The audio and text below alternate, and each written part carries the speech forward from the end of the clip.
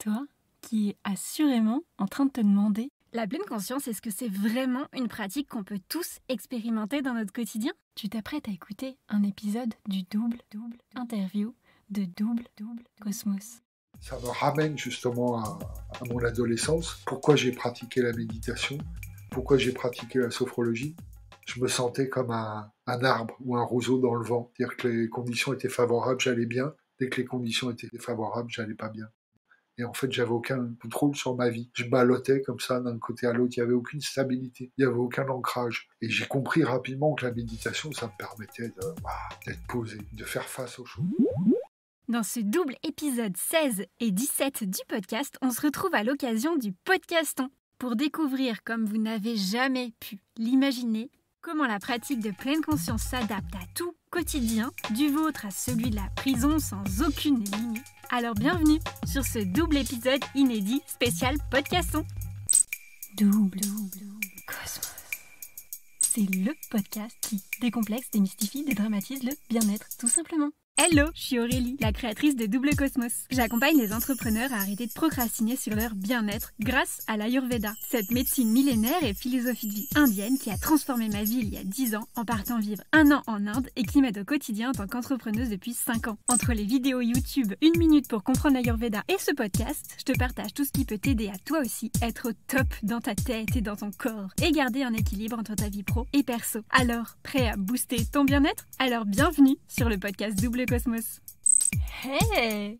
Un mardi sur 2 à 18h, on se retrouve pour la double interview Fast and Vast. Avec chaque invité, tu peux donc retrouver notre conversation non pas avec un, mais 2 épisodes. Le premier, la Fast Interview, ou comment démystifier bien-être en discoupe en 10 minutes. Et le second, la Vast Interview, ou comment s'inspirer des success stories ordinaires d'experts bien-être entre réussite, galère et conseils d'experts. De quoi nous décomplexer et montrer que le bien-être, il n'y a rien de plus accessible. Et entre 2 interviews invitées, retrouve les épisodes solo, où on décortique ensemble tout ce que l'Ayurveda a à nous apprendre pour booster notre bien-être au quotidien.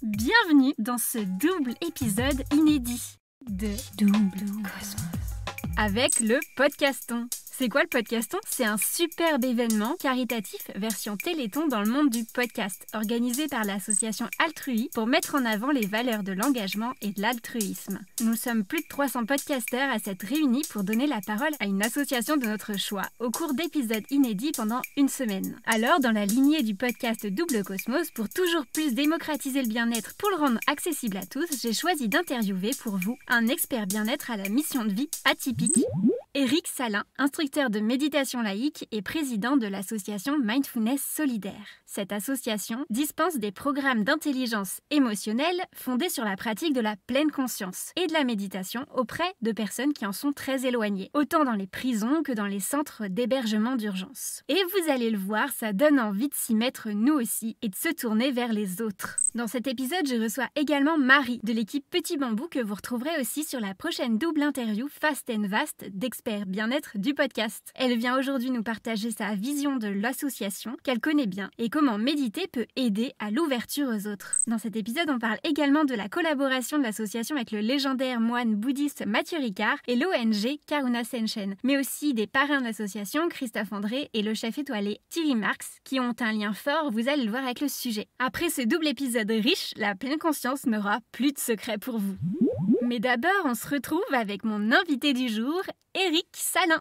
À la fois moine zen, sophrologue et auteur, après avoir travaillé 15 ans dans la publicité et l'édition et 17 ans en cuisine, mon invité expert bien-être est aujourd'hui instructeur de méditation laïque. L'occasion pour nous de démystifier avec lui la pratique de la pleine conscience et de la méditation. Dans cet épisode, j'ai tenu à ce qu'il vous partage également son parcours inspirant, assez atypique et riche en rebondissements, vous allez le voir, qui l'a mené à son engagement auprès de l'association Mindfulness Solidaire. Allez, let's go! Bonjour Éric. Bonjour Ali. Avant de commencer, parce que la pratique de la pleine conscience, on ne sait pas tous ce que c'est, et parce qu'elle soulève pas mal de questionnements et d'idées reçues, tu nous proposes de tester avant tout avec toi ce que c'est concrètement, au cours d'une méditation guidée sur le précédent épisode 16 du podcast, c'est ça? Oui, tout à fait. J'avais envie de partager avec vous une pratique de méditation qui est une pratique de base, c'est donc celle du scan corporel.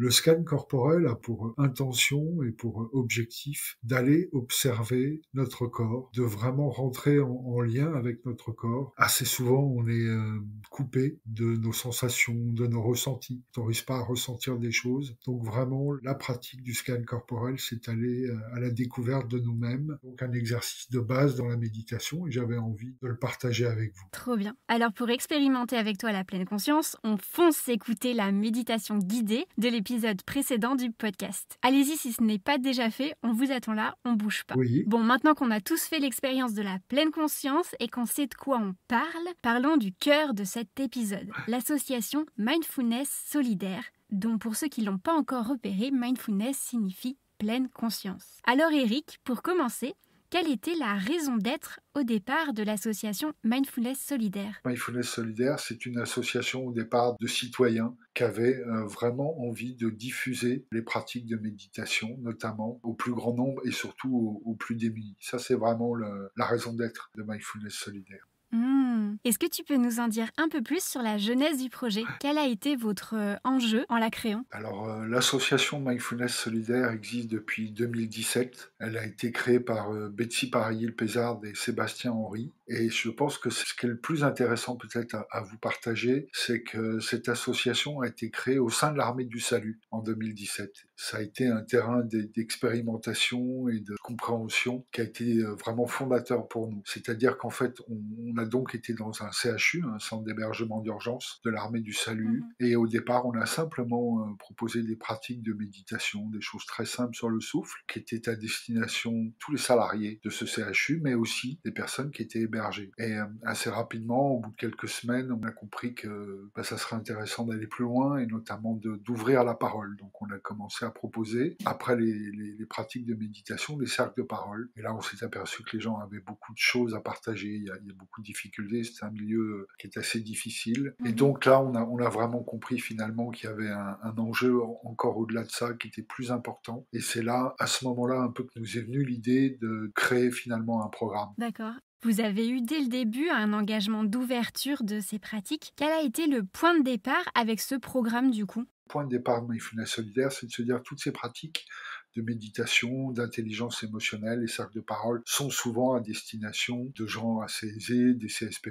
Et nous, vraiment, le point de départ, c'était de se dire, mais en fait, ces pratiques-là pourraient être extrêmement utiles à toutes ces personnes qui sont défavorisées. Donc, au sein de l'Armée du Salut, après la méditation, après les cercles de parole, on a compris aussi qu'il y avait beaucoup de difficultés au niveau des émotions, au niveau des relations, au niveau du corps. Bref, on a compris que la problématique était importante. Il y avait beaucoup de choses à explorer. Et là, on s'est dit, mais pourquoi pas créer un programme finalement, et on s'est bien sûr basé sur le MBSR, qui est le Mindfulness Based Stress Reduction, la réduction du stress basée sur la pleine conscience, qui est un des programmes qui est mondialement connu et mondialement pratiqué. Mais par contre, on n'avait pas du tout envie de proposer ce programme-là parce qu'on pensait qu'il n'était pas adapté aux populations à laquelle on s'adressait. Et par contre, ce qui nous intéressait, c'est que, vous le savez sans doute, c'est un programme qui est très validé au niveau scientifique. Il y a eu énormément d'études sur la méditation et sur le MBSR, et notamment par rapport à la durée de ce programme. Le fait que ça soit 8 séances de 2 heures, étalées sur 2 mois, on a pu voir,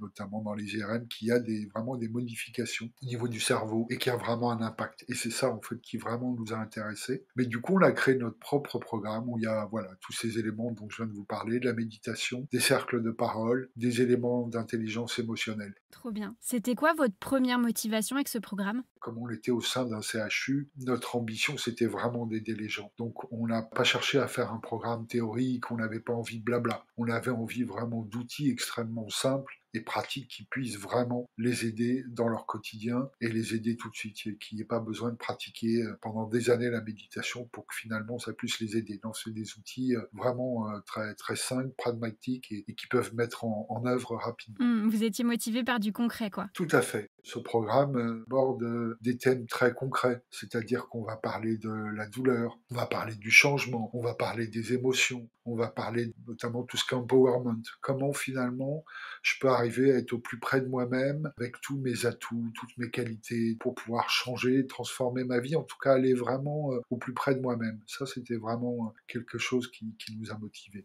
Aujourd'hui, vous vous êtes développé pour venir en aide à plusieurs publics. À qui s'adressait ce programme à la base? Alors, le programme de Mindfulness solidaire, donc à la base, il est vraiment fait pour les gens qui sont démunis et pour les gens qui les accompagnent. C'est-à-dire que ça, dès le départ, comme je te le disais, on a été dans des CHU, hein. Donc il y avait tout le personnel, et c'est ça aussi qui a été très fondateur pour nous, c'est-à-dire qu'il y avait les agents de nettoyage, il y avait le personnel de cuisine, il y avait les agents d'accueil, il y avait les travailleurs sociaux, on a voulu exclure personne. Et c'est ça aussi qui était extrêmement riche. Et puis il y avait tous les gens qu'on accompagnait, tous les gens qui sont hébergés dans le CHU, donc c'est souvent des populations, voilà, des gens qui ont vécu de nombreuses années dans la rue ou qui ont des problèmes de handicap, ça peut être aussi des migrants. Là aussi, c'est une population qui est assez diversifiée. Et récemment, vous avez élargi votre action. C'est vrai que depuis 2 ans maintenant, et grâce au soutien de l'ONG de Mathieu Ricard, hein, Karuna Sechen, on a élargi notre proposition à tous ceux qui prennent soin des autres. Donc on a vraiment axé sur les travailleurs sociaux et le personnel médical. D'accord. Comment vous en êtes venu à collaborer avec Mathieu Ricard, moine bouddhiste tibétain, essayiste, photographe, qu'on connaît tous, je pense, dans le milieu pour son engagement à démocratiser la pratique de la méditation notamment. C'est vrai que mes premières découvertes scientifiques sur la méditation, je lui dois, avec son travail notamment pour valider les effets de la pratique grâce aux neurosciences. Son soutien était important, j'imagine, pour l'association. Est-ce que tu peux nous en parler un peu plus ? Oui, bah écoute, le point de départ, ça a été mon amitié avec Franck Blau, que moi je connais personnellement depuis quelques années, et il était extrêmement intéressé par notre approche, hein, cette idée de compassion. Puis c'est vraiment la compassion en action. On s'adresse à des gens qui sont vraiment très éloignés de ces pratiques-là, et on essaye vraiment de cheminer avec eux vers une vie meilleure. Et je crois que ça aussi, ça a beaucoup touché Mathieu Ricard. Et lui a souhaité dans un premier temps vraiment s'adresser à ceux qui prennent soin des autres, parce qu'il a identifié qu'il y avait vraiment beaucoup de difficultés, et c'était il y a déjà 2 ans, mais quand on voit maintenant ce qui se passe au sein des hôpitaux, on peut comprendre qu'effectivement, c'est pas nouveau, qu'il y a vraiment beaucoup de difficultés au sein des organisations qui aident les autres, et il a vraiment souhaité pouvoir nous aider très concrètement. Donc il finance effectivement le programme Résilience. D'accord. Et donc récemment, vous qui vous occupez des autres, vous avez déployé votre action auprès de ceux qui prennent soin des autres. Tout à fait. On s'est aperçu que c'est des gens qui ont beaucoup de mal à prendre soin d'eux. C'est pas du tout dans leur ADN. Ils donnent beaucoup aux autres, mais du coup, ils se fatiguent aussi vite. Il y a ce qu'on appelle le burn-out aussi empathique. Il y a beaucoup de problématiques finalement par rapport à prendre soin des autres, parce que ça aussi, on a pu s'en apercevoir. Être au contact permanent avec la souffrance, c'est quelque chose de très difficile, et on n'en mesure pas du tout l'impact finalement quand on n'est pas dans ces milieux-là. On se rend pas bien compte de ce que ça peut être. Mais je pense aux gens du 115, du SAMU social, tu vois, qui toute la journée ou toute la nuit sont en lien avec des gens qui sont vraiment dans une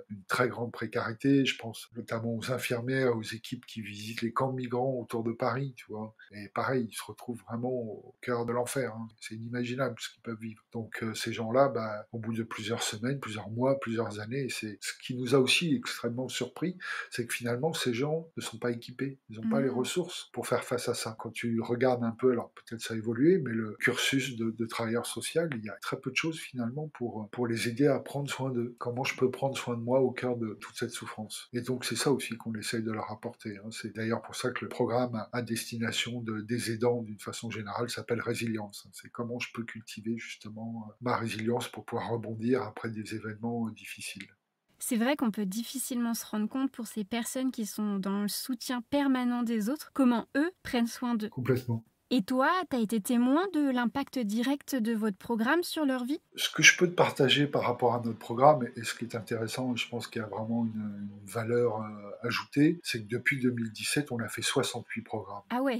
Donc j'imagine qu'on commence à avoir une très bonne expérience. Et bien sûr, ce programme, il a beaucoup d'impact. Et ce qui est intéressant aussi, c'est que les choses ne sont pas figées. Ce programme aussi, il a évolué dans le temps. Si tu veux, en 2017, on l'a créé. Et puis comme justement, on le pratique beaucoup, on le propose beaucoup, et à des populations très différentes, dans des cadres très différents, on a pu aussi ajuster les choses. Et ce qui est vraiment important pour nous, et on s'en est aperçu, les gens, si tu veux, ne vont pas forcément se mettre à la méditation du jour au lendemain. Et c'est pas tellement finalement finalement notre but. Nous, vraiment, l'idée aussi de ce programme, c'était de semer des graines. On savait très bien que, tu vois, en 8 séances de 2 heures, il faut avoir de l'humilité, on va pas changer la vie des gens. Par contre, il y a certaines graines qu'on plante, tu vois, Mmh. qui sont là. Et même des personnes, plusieurs années après, non seulement ont gardé un souvenir du programme assez précis, mais il y a des choses qui ont évolué. Et nous, surtout, c'est la présence, en fait. Hein, c'est la pleine présence et la pleine conscience. Et ça, par contre, ça s'efface pas. Et on a des témoignages de travailleurs sociaux, notamment, je pense au SAMU, où les gens nous partageaient qu'effectivement,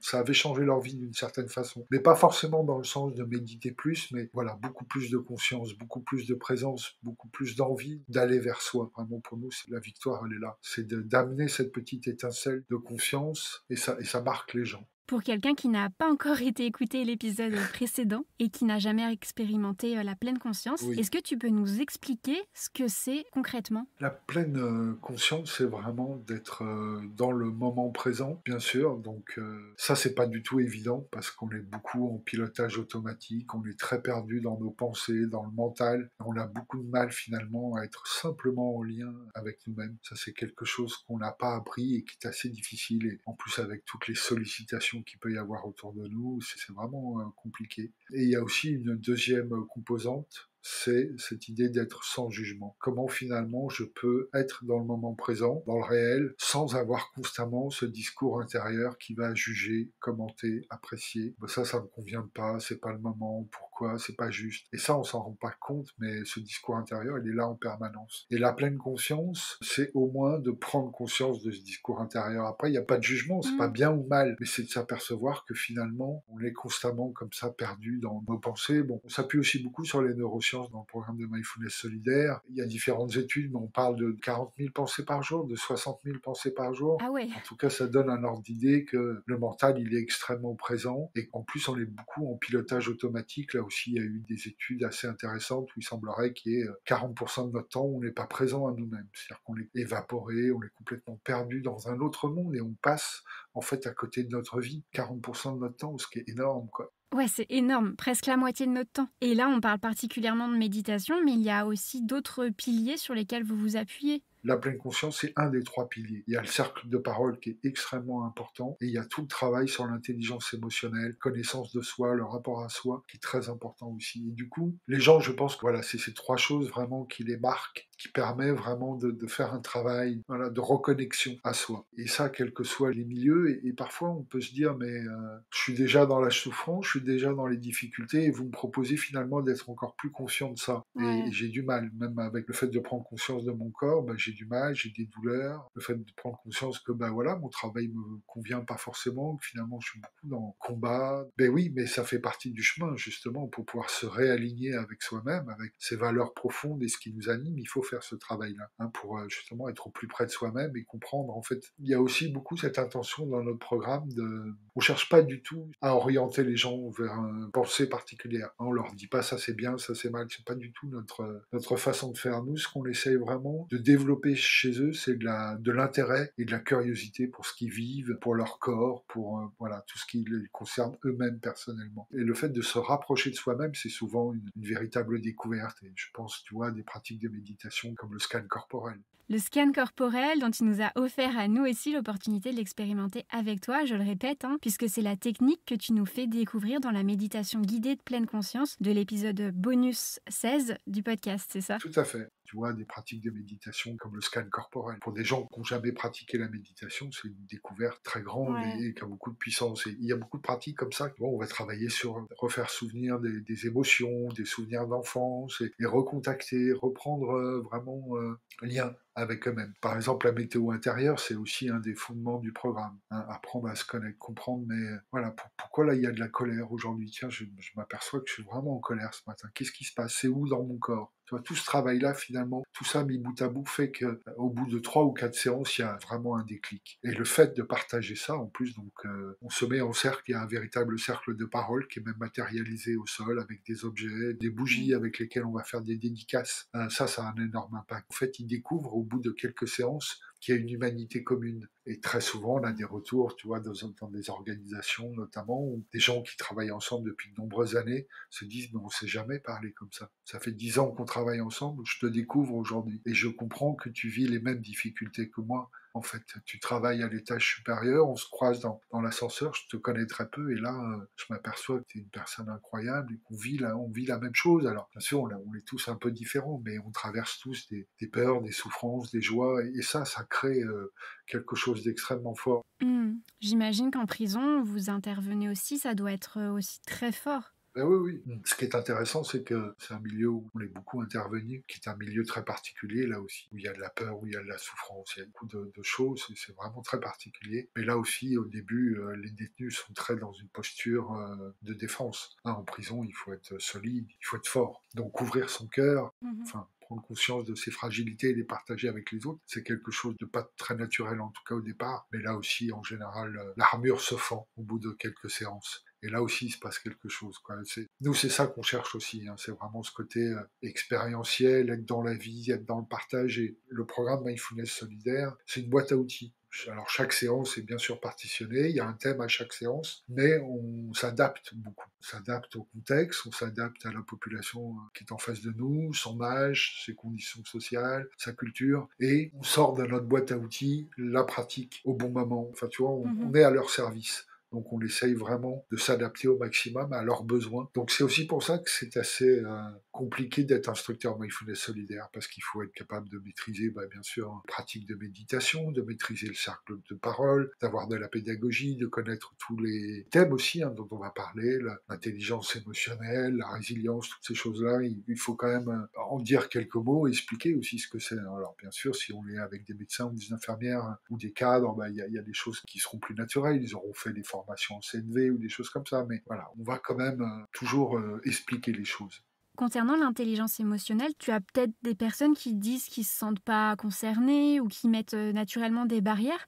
Comment tu fais pour présenter le sujet et y donner de l'intérêt? Ça, c'est vraiment une question de méthodologie. Et le point de départ, c'est eux. D'où l'importance des cercles de parole. Dans le cercle de parole, en fait, on utilise ce qu'on appelle des prompts. Donc, c'est des questions. Et on va leur dire quelle est la dernière émotion forte que vous avez ressentie, par exemple. Donc, tu as 7, 8, 10 personnes qui vont partager l'émotion forte, la dernière qu'ils ont vécue. Après, on va essayer de creuser un petit peu. Voilà, l'émotion, comment elle s'est traduite. Est-ce que, par exemple, il y a des situations qui déclenchent à chaque fois une émotion particulière, hein, ce qu'on appelle les déclencheurs. Si tu veux, on part d'eux, en fait, justement. On part Ouais. pas de la théorie. On va partir de ce qu'ils vivent, eux, concrètement. Et après, on va leur dire, mais pour vous, c'est quoi une émotion, finalement? On a vu que tout le monde avait des émotions. On a essayé de comprendre où ça se produisait dans le corps. Mais après, qu'est-ce que ça veut dire pour vous? C'est quoi une émotion? Qu'est-ce qu'il y a derrière ça? Et ce travail-là, en fait, on le fait ensemble, du coup, tu vois, on avance pas à pas. Et puis, à un moment donné, nous, on va donner quelques éléments clés par rapport à l'intelligence émotionnelle, quelques notions de base. Et aussi, ce qui les intéresse beaucoup, et c'est là qu'on essaie d'être pratique, c'est de démonter un peu les mécanismes. Tu vois, par exemple, de comprendre que l'émotion, finalement, quand on a identifié les déclencheurs, on peut faire un travail avant. Si on sait que, par exemple, que systématiquement, les réunions de travail avec tel ou tel collègue, ça va déclencher l'énervement, on le sait déjà en avance, on va pouvoir se préparer. Pendant l'émotion, il y a aussi des choses à faire. Et puis après, on peut débriefer, essayer de comprendre. Tu vois, et c'est finalement toutes ces petites clés-là qui les intéressent et qu'on va travailler ensemble. C'est pas juste des notions théoriques. Oui, avec une réelle volonté de leur offrir des outils qu'ils vont pouvoir réutiliser eux après dans leur quotidien en fait. Oui, exactement. C'est super intéressant. Et en parlant de quotidien, toi aussi dans le tien, la pleine conscience a une place importante. Oui. Est-ce que tu peux nous parler un peu plus de ton histoire, de ton parcours de vie qui est juste incroyable? Est-ce que tu peux nous raconter comment tu en es arrivé à faire de la méditation ton quotidien jusqu'à devenir instructeur dans des milieux comme la prison ou les CHU avec Mindfulness Solidaire? Je crois que pour ton premier souvenir avec la méditation, il faut remonter déjà loin, dans ton adolescence, c'est ça? Oui, tout à fait. J'ai découvert la pratique de la sophrologie et de la méditation très jeune, dans les années 72. Et à l'époque, c'était des pratiques qui n'étaient pas encadrées. Enfin, c'était le début, en tout cas, de ces pratiques-là. Des propositions, en tout cas en France, hein, parce que la méditation, bien sûr, ça a 2500 ans. Donc, mais vraiment, la méditation laïque, en tout cas, c'était vraiment les débuts. La sophrologie aussi n'était pas encore très structurée. Donc moi, j'ai découvert ces pratiques-là adolescent, puisque en fait, ma mère souffrait de douleurs chroniques et elle utilisait ces pratiques-là justement pour en médecine alternative pour essayer de trouver de l'aide. Et moi, ça m'avait beaucoup interrogé, beaucoup marqué et beaucoup plu, hein, il faut être franc. J'aimais beaucoup la sophrologie. Ça me convenait vraiment. Moi, j'étais assez introverti, assez timide, plutôt dans mon monde. Et du coup, voilà, il y avait vraiment une notion de voyage. Je pouvais partir en voyage sans bouger de de ma chambre. Ça me plaisait beaucoup. Et puis la méditation, le calme, l'immobilité, la tranquillité aussi, ça m'a parlé dès mon adolescence. Et ça, c'est vrai que ça m'a jamais quitté. Après, tu fais tes premiers pas dans le monde créatif, c'est ça, je crois? Alors après, oui, tout à fait, j'étais pas très doué à l'école d'une façon générale, et j'ai fait l'école Estienne. C'est l'école supérieure des arts et industries graphiques qui est dans le 13e arrondissement. Mon père était peintre, était professeur de dessin aussi. Ma mère était décoratrice et c'est un milieu dans lequel j'ai toujours baigné, où je me sentais très à l'aise. Et c'est vrai que le jour où je suis arrivé à l'école Estienne, c'était merveilleux. Il y avait une heure de français, une heure de maths et une heure d'anglais. Et tout le reste, c'était du dessin, de la sculpture, de la peinture, du dessin de laine, de la photo, de la reliure, de la gravure. Enfin, c'était Incroyable. voilà, la découverte d'un univers extraordinaire. Et ça m'a beaucoup épanoui. Puis je suis sorti de l'école et j'ai travaillé à peu près 15 ans dans ce milieu-là, sachant que ces 15 ans ont été interrompus plusieurs fois par des voyages à l'étranger. Je suis parti 1 an en Inde, au Népal, en Thaïlande. Après, quelques années après, je suis parti 1 an en Amérique du Sud. Wow! Je vois tellement de résonance dans nos parcours respectifs, entre école d'art appliquée, des années de voyage. Est-ce que tu peux nous en dire un peu plus sur ce bagage qui t'a mené à cette ouverture? J'imagine que ça t'a beaucoup marqué aussi. Oui, ça m'a énormément marqué aussi. Ça a fait beaucoup ce que je suis aujourd'hui. Tu vois, je parlais d'ouverture, de curiosité, de découverte. C'est complètement ça. C'est comprendre qu'il y a beaucoup de choses autour de nous qui sont extraordinaires. Il y a d'autres façons de vivre, il y a d'autres façons de penser. Et ça, c'est vrai que ça m'a beaucoup, beaucoup apporté. Ah, je suis complètement d'accord. Je suis partie 1 an en Inde et au Népal pour mon premier voyage aussi très jeune et ça a marqué ma vie à jamais en nourrissant ma curiosité pour l'autre, sur comment on vit ailleurs. Et j'invite tout le monde à voyager parce que c'est pas pour rien qu'on dit que le voyage, c'est l'école de la vie. Exactement. Et on se rend compte en plus de la chance qu'on peut avoir. Après, voilà, je sais que la vie pour certains est vraiment difficile ici, mais quand on voyage un peu, on se rend compte de la facilité finalement de vivre ici. On se rend pas compte que, en tout cas à l'époque en Inde, c'était un combat pour prendre un train, pour prendre un bus, pour chaque chose, c'était un combat. Absolument. Après avoir partagé leur quotidien, on peut relativiser sur beaucoup de choses, vraiment. Complètement. Et tu nous parlais de 15 ans de métier dans la création, du coup, à ce moment-là aussi, en agence de publicité, Oui. mais dont tu as quitté le milieu petit à petit. Ouais, j'ai fait plein de choses différentes, dessiner des vêtements, des logos, j'ai fait beaucoup de maquettes, beaucoup de mise en page de presse, travaillé en agence de publicité. J'ai vraiment exploré tout le milieu et j'aimais profondément ce métier, mais en fait, il a profondément changé aussi. Hein, c'est un métier qui s'est beaucoup informatisé. Ça a été voilà, l'émergence des ordinateurs, des logiciels de mise en page, Photoshop, tout ça. Et du coup, bah, je me suis retrouvé assis sur une chaise avec une souris dans la main, 12-14 heures par jour, parfois à diriger des équipes et la créativité, le dessin, le côté artistique, c'était vraiment éloigné. D'accord. Et du coup, je me suis moi-même interrogé, j'ai essayé d'aller au plus près de moi-même et de dire, mais ok, ben, je vais pas continuer dans cette voie-là, ça me correspond plus, qu'est-ce que je pourrais faire? Qu'est-ce qui serait vraiment intéressant, motivant? Et du coup, j'avais vraiment envie de retrouver une pratique manuelle, puisque pour moi, l'école estienne, c'était ça, hein, c'était bombe de colle, ciseaux, voilà, la sculpture, c'était très manuel, et c'est vrai. Alors au départ, j'ai été tenté par la boulangerie, la pâtisserie, mais en termes d'horaire et de difficulté, c'était vraiment insurmontable pour moi. J'avais déjà, je sais plus, 32 ans. Hein. Par contre, la cuisine me semblait accessible et intéressante dans le sens où je pouvais faire beaucoup de choses différentes. J'ai compris qu'avec la cuisine, je pourrais voyager. Hein, on parlait de voyage, mais je pourrais aussi travailler un peu à la carte. Et ça, c'était quelque chose qui me motivait beaucoup aussi. Donc de la création encore. Ben, j'ai travaillé pas mal en traiteur, notamment parce qu'il y avait beaucoup de moyens, et c'était très graphique, tu vois, l'établissement des buffets, les couleurs, les formes, tout ça, c'était quelque chose de très plaisant. Et puis voilà, c'était réellement un métier difficile, mais vraiment manuel.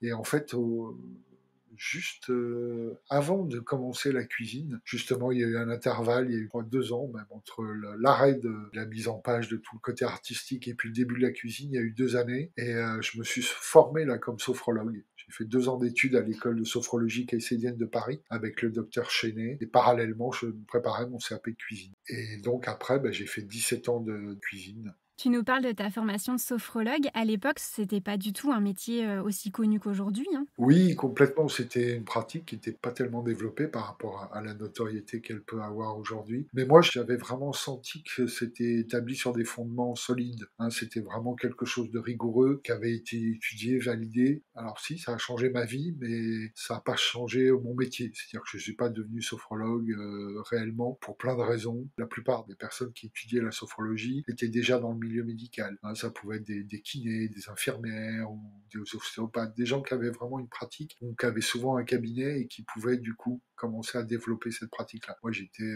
entre deux métiers, j'avais pas de clientèle, encore moins de cabinet, donc j'en ai pas fait ma pratique, mais par contre, ça m'a beaucoup influencé. Ça a beaucoup changé ma vie et ça m'a notamment ouvert sur la méditation. Ça m'a réouvert cette porte-là parce que dans la sophrologie, il y a des pratiques de méditation. Voilà, c'était en 99, j'ai commencé vraiment à repratiquer la méditation. Trop bien. Après ça, tu nous disais que tu as mis ta créativité au service de la cuisine pendant 17 ans. Et puis ton parcours a de nouveau basculé. Qu'est-ce qui t'a amené à ce second basculement?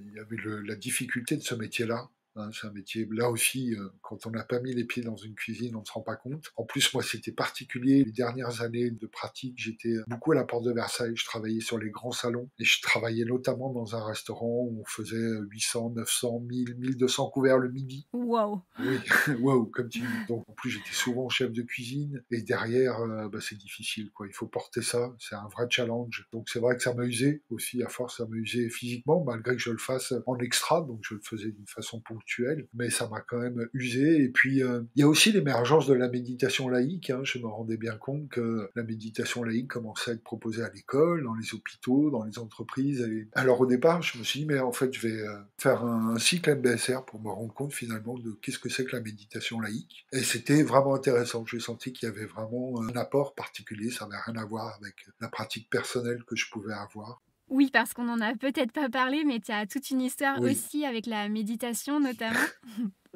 qui vient à toi petit à petit, de plus en plus. Oui, comme je te le disais, j'ai commencé à me réintéresser à la méditation dans les années 2000, mais je pratiquais dans mon coin. Il n'y avait pas d'appli, il y avait beaucoup moins d'offres qu'aujourd'hui. Il y avait quelques méditations, mais c'était dans les livres ou quelques cassettes que j'arrivais encore à trouver, mais il n'y avait rien de structuré. Mais par contre, j'étais très accroché à cette pratique-là, ça me nourrissait beaucoup, je trouvais que c'était très intéressant. Et en fait, alors je dis que c'est le hasard, mais est-ce que ça l'est réellement?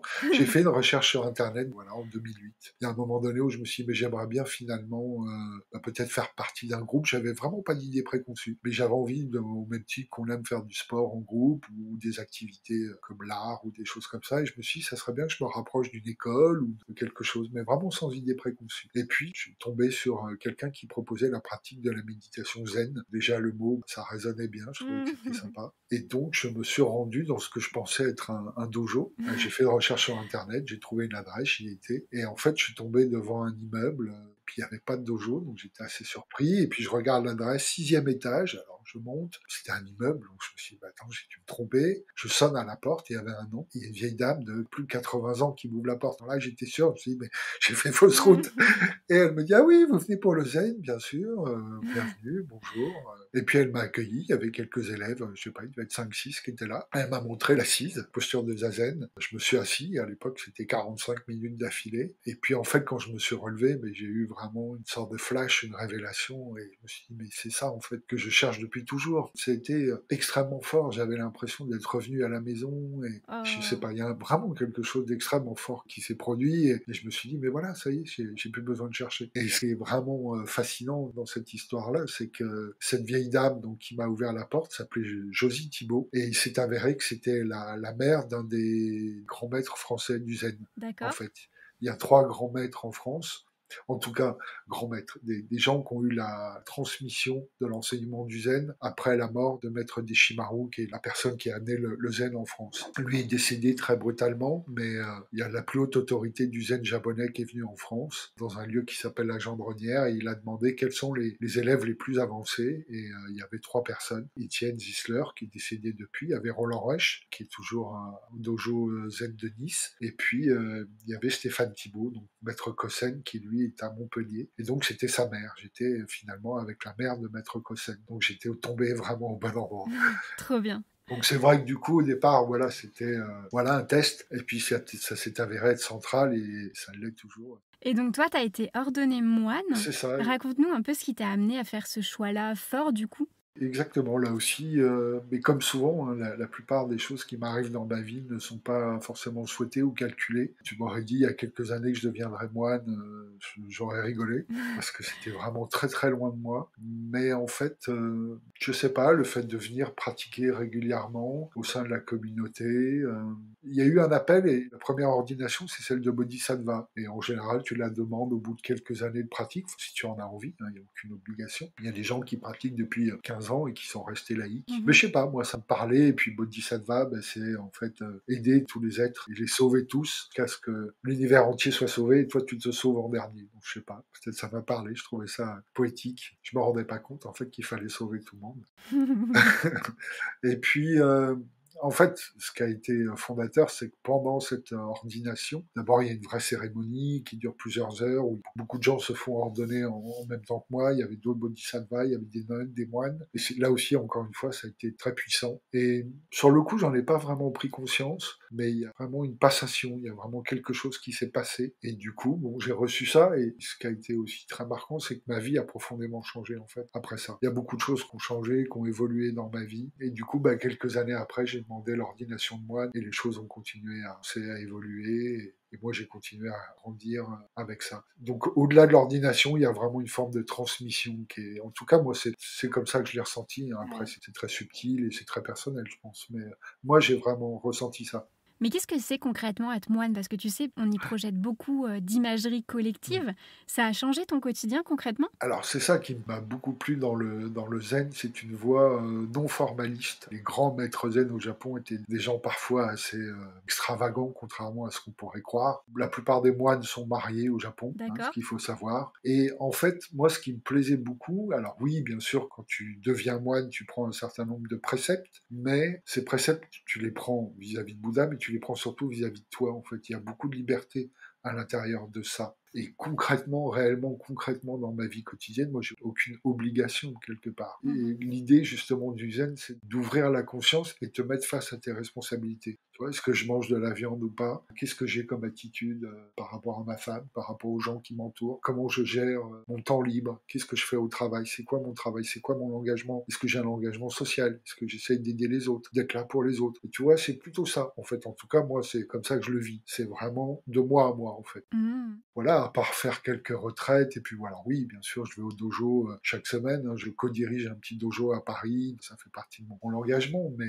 au-delà de ça, j'ai aucune obligation. C'est une démarche personnelle, quoi, vraiment. C'est vraiment être moine moderne, quoi. Voilà, c'est ça, exactement. Et pour en revenir à Mindfulness Solidaire, tu as voulu aussi devenir formateur et instructeur en méditation laïque. Tout à Quelle est fait. la différence avec la méditation laïque et le côté plus religieux de la pratique? Qu'est-ce qui a fait que la transmission laïque t'a autant intéressé? Ce qui est intéressant dans la méditation laïque, je la qualifierais de thérapeutique, c'est-à-dire qu'elle a vraiment une visée particulière, tu vois, quand on fait le scan corporel ou des pratiques comme ça, ou quand on fait des pratiques sur les émotions, il y a vraiment un angle de vue et c'est vraiment ciblé pour aider les gens justement à se découvrir, à avancer, à comprendre des choses. Il y a vraiment une visée. Alors que la méditation bouddhique, zen en tout cas, c'est shikantaza hein, qu'on dit dans le bouddhisme zen, ça veut dire seulement s'asseoir. Seulement s'asseoir sans intention d'obtenir quoi que ce soit. Il n'y a rien derrière en fait. Il n'y a rien et il y a tout en même temps, bien sûr. Alors que dans la méditation laïque, dans le MBSR, bah oui, on cherche à amener les gens quelque part, on cherche à les outiller en tout cas, pour qu'ils puissent avancer, pour qu'ils puissent comprendre un certain nombre de choses. Donc il y a un véritable travail derrière ça.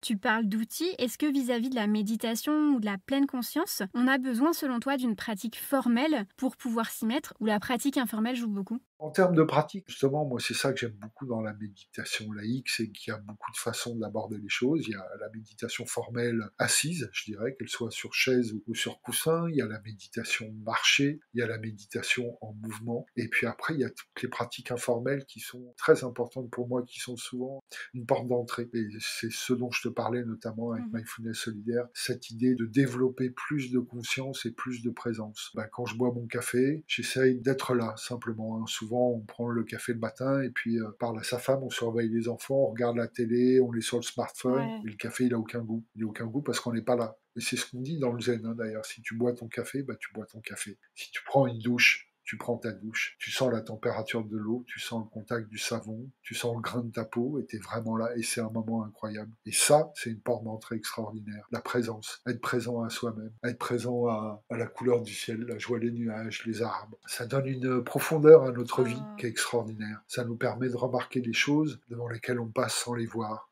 Une petite fleur qui passe entre deux bouts de bitume, l'écorce de l'arbre. Je fais beaucoup de photos aussi, Oui, ça me fait penser à ton livre, ouais. dans mon livre. Chaque seconde est une vie, il y a beaucoup de photos parce que pour moi c'était extrêmement important d'illustrer ce dont je suis en train de partager avec toi, c'est le regard. Qu'est-ce que je porte comme regard? Ça aussi, ça a été une très grande leçon et je crois que ça c'est la méditation vraiment laïque qui me l'a apporté. C'est pas tellement les événements qui traversent nos vies qui sont importants, c'est la façon dont je les appréhende. C'est le regard que je porte sur eux et qu'est-ce que j'en fais.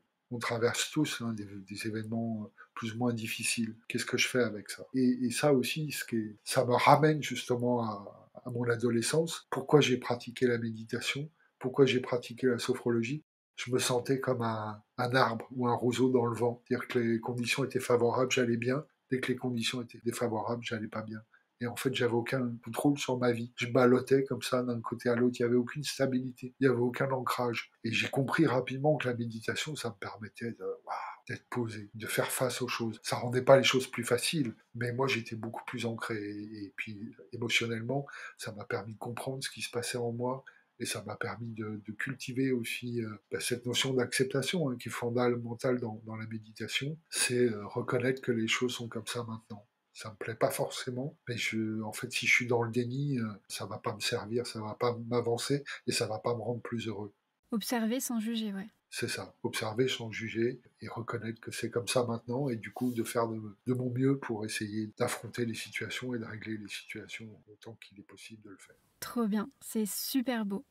D'où l'enjeu qu'on se mette tous à la méditation et à la pratique de pleine conscience alors au quotidien. Enfin, on peut déjà commencer à tester ta méditation guidée au précédent épisode 16 du podcast. C'est pas mal pour débuter. Tu as bien raison. Et dans l'épisode 10 du podcast, je vous partage aussi d'autres voies pour méditer au quotidien. Et si vous voulez tester une méditation un peu funky, je vous en ai créé une moi aussi dans l'épisode 10 bonus avec une méditation guidée déculpabilisante pour méditer sans se prendre la tête. Et puis il y a aussi des applications dans notre quotidien moderne qui sont là pour nous aider à y parvenir. Tu collabores d'ailleurs avec Elias Kotsou et l'application Présence, qui a un fort engagement solidaire également, dont tu peux nous en parler peut-être un peu aussi pour ceux qui souhaiteraient trouver des outils. Alors, dire quelques mots de Présence, donc qui est à la fois une application de méditation sur smartphone et qui est d'ailleurs une application solidaire, donc c'est vraiment intéressant. Et en même temps, il y a tout ce qu'on fait sur la page Facebook Présence. Depuis 2 ans, ça a démarré au premier confinement avec cette idée de soutenir justement les gens dans une forme de pratique et dans une forme d'introspection. Donc ce qui est très riche, c'est qu'il y a beaucoup d'instructeurs différents qui proposent des choses différentes. Moi, ce qui me fascine complètement, c'est qu'il y a des gens du Brésil, d'Afrique, de Belgique, partout dans le monde entier. Et il y a une réelle communauté qui s'est créée. Donc ça, c'est vraiment intéressant. C'est vrai qu'on n'en a pas parlé, mais une vraie communauté s'est créée autour de la pratique de la méditation et de la pleine conscience. De plus en plus de personnes découvrent les bénéfices à installer ces pratiques dans nos vies. Complètement. Je pense notamment aux parrains Christophe André et Thierry Marx qui soutiennent l'association et la pratique à titre personnel, je crois.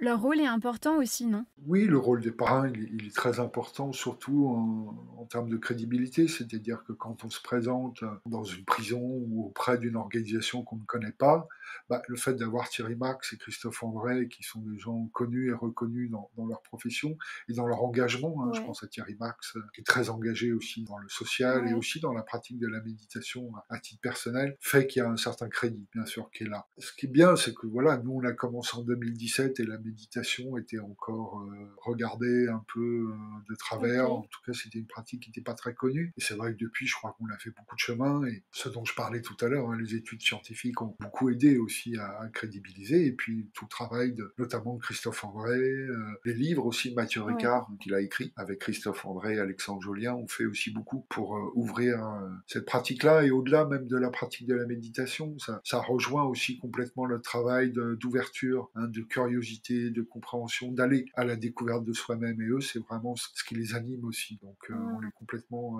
alignés là-dessus. Et puis, il y a aussi le soutien de certains qui s'engagent à vos côtés. Donc, pour Mindfulness Solidaire, je pense notamment à Petit Bambou, ce qui prouve qu'il y a plein de manières finalement de soutenir un travail associatif et de s'engager pour des projets porteurs de sens. Vous travaillez donc main dans la main avec Petit Bambou. Oui, exactement. Tu peux nous expliquer comment ? Petit Bambou nous a proposé d'enregistrer le programme de Mindfulness Solidaire, alors quelques méditations. Et en fait, c'était extrêmement intéressant, notamment pour suivre la pratique, parce que c'est vrai qu'on intervient dans une structure ou auprès de gens qui se sont regroupés pour suivre le programme, et puis après, il n'y a plus rien, entre guillemets. Et donc, c'était important pour nous de leur donner cette possibilité-là de continuer finalement à pratiquer. En tout cas, le programme Petit Bambou, c'est intéressant parce que souvent, les gens nous le demandent après le programme. Pour eux, c'est une façon de pouvoir continuer. Ils ont des codes d'accès gratuits qui permettent d'accéder au programme. Ah ouais, très belle initiative. Trop bien. Alors, c'est bientôt la fin de cet épisode. Merci beaucoup, Eric, pour tout ce que tu nous as partagé au cours de cette double interview. Avec plaisir. Pour finir cet épisode, je vais passer le micro à Marie de l'équipe Petit Bambou, qui sera la prochaine invitée de la double interview Fast and Vast d'experts bien-être du podcast, où on démystifiera ensemble la pratique de la méditation de long en large avec tous ces conseils d'expertes pour réussir à méditer sans se prendre la tête. En attendant, j'ai demandé à Marie de nous parler, elle, de sa vision de Mindfulness Solidaire. Je vous fais découvrir ça. Bonjour Marie. Salut Aurélie. Marie, est-ce que tu peux nous partager ta vision de cette association que tu connais bien, mise en avant dans cet épisode inédit ? Oui. On parle beaucoup de méditation, de pratique de la pleine conscience, qui peut apporter dans la vie de chacun des choses assez fortes et puissantes, mais qui est aussi une pratique qui est pas forcément accessible à tous, soit parce qu'on la connaît pas tout simplement, soit parce que si on la pratique de façon non accompagnée, ça peut réveiller des choses assez douloureuses en soi. Et eux, en fait, ils ont le courage d'aller vers les publics qui sont les plus fragiles et potentiellement les plus éloignés de ce type de pratique, qui sont en univers carcéral, qui sont à la rue sans domicile fixe, qui se remettent d'addictions très sévères, etc. Ils proposent des parcours de formation et une approche vraiment accompagnée pour s'initier à cette pratique et voir si ça peut être un outil justement face aux problèmes qu'ils rencontrent. Et c'est du coup un investissement qui est à la fois en présentiel auprès de ces personnes-là et puis dans la continuité pour après leur donner les outils à eux pour pratiquer dans leur quotidien en autonomie, quoi. Super. Comment la pleine conscience peut réveiller l'ouverture vers les autres en nous, selon toi ? C'est vrai que quand on se met à méditer, le déclencheur, parfois, ça peut être une motivation plus individualiste ou personnelle. On a rencontré tel problème, ou on a besoin de faire une pause, ou de se retrouver avec soi-même, etc. Et en fait, au fil de la pratique, on se rend compte aussi que ces petits moments qu'on peut avoir l'air de passer en retrait ou sur soi, c'est une façon de s'ouvrir particulièrement aux autres. Et c'est une sorte d'effet rebond. Ouais. Et en fait, en se mettant en retrait, on peut se reconnecter vraiment beaucoup plus fort aux humains qui nous entourent. Et ça peut, pourquoi pas, de temps en temps, avoir aussi comme effet secondaire cette envie d'engagement, d'action, d'aller vers les autres. Et ça peut notamment passer par l'engagement associatif. Comment tu vois, toi, la pratique de méditation de pleine conscience ? Ce qui est beau avec cette pratique, c'est que elle se limite pas du tout au petit moment où on va la pratiquer. Une fois qu'on a découvert un peu de façon plus formelle ses fondamentaux et en quoi elle consiste, ça devient juste un art de vivre. Et même si on la pratique pas de façon formelle, une fois que c'est rentré dans votre vie, ça ne peut plus vraiment en sortir. Trop bien. Comme on l'a vu pour les personnes accompagnées par Mindfulness Solidaire. Ouais. Super. Sur ces mots doux, nous on se retrouve au prochain épisode avec la Fast and Vast interview avec Marie. À très vite sur le podcast Double Cosmos pour découvrir ma success story tout à fait ordinaire.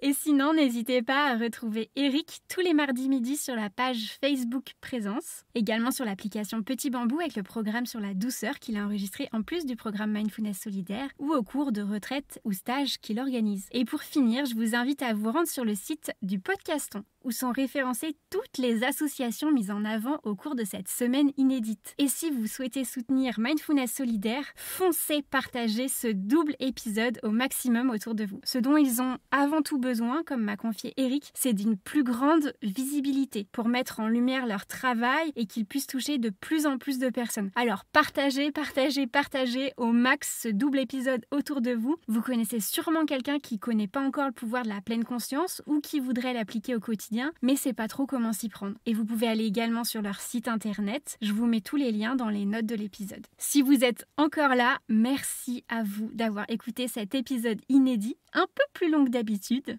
On se retrouve très vite, comme d'hab, un mardi sur 2 à 18h pour la Fast and Vast interview avec Marie et avec ce format fun et inspirant comme vous avez plus l'habitude de le connaître. À très vite. Hey!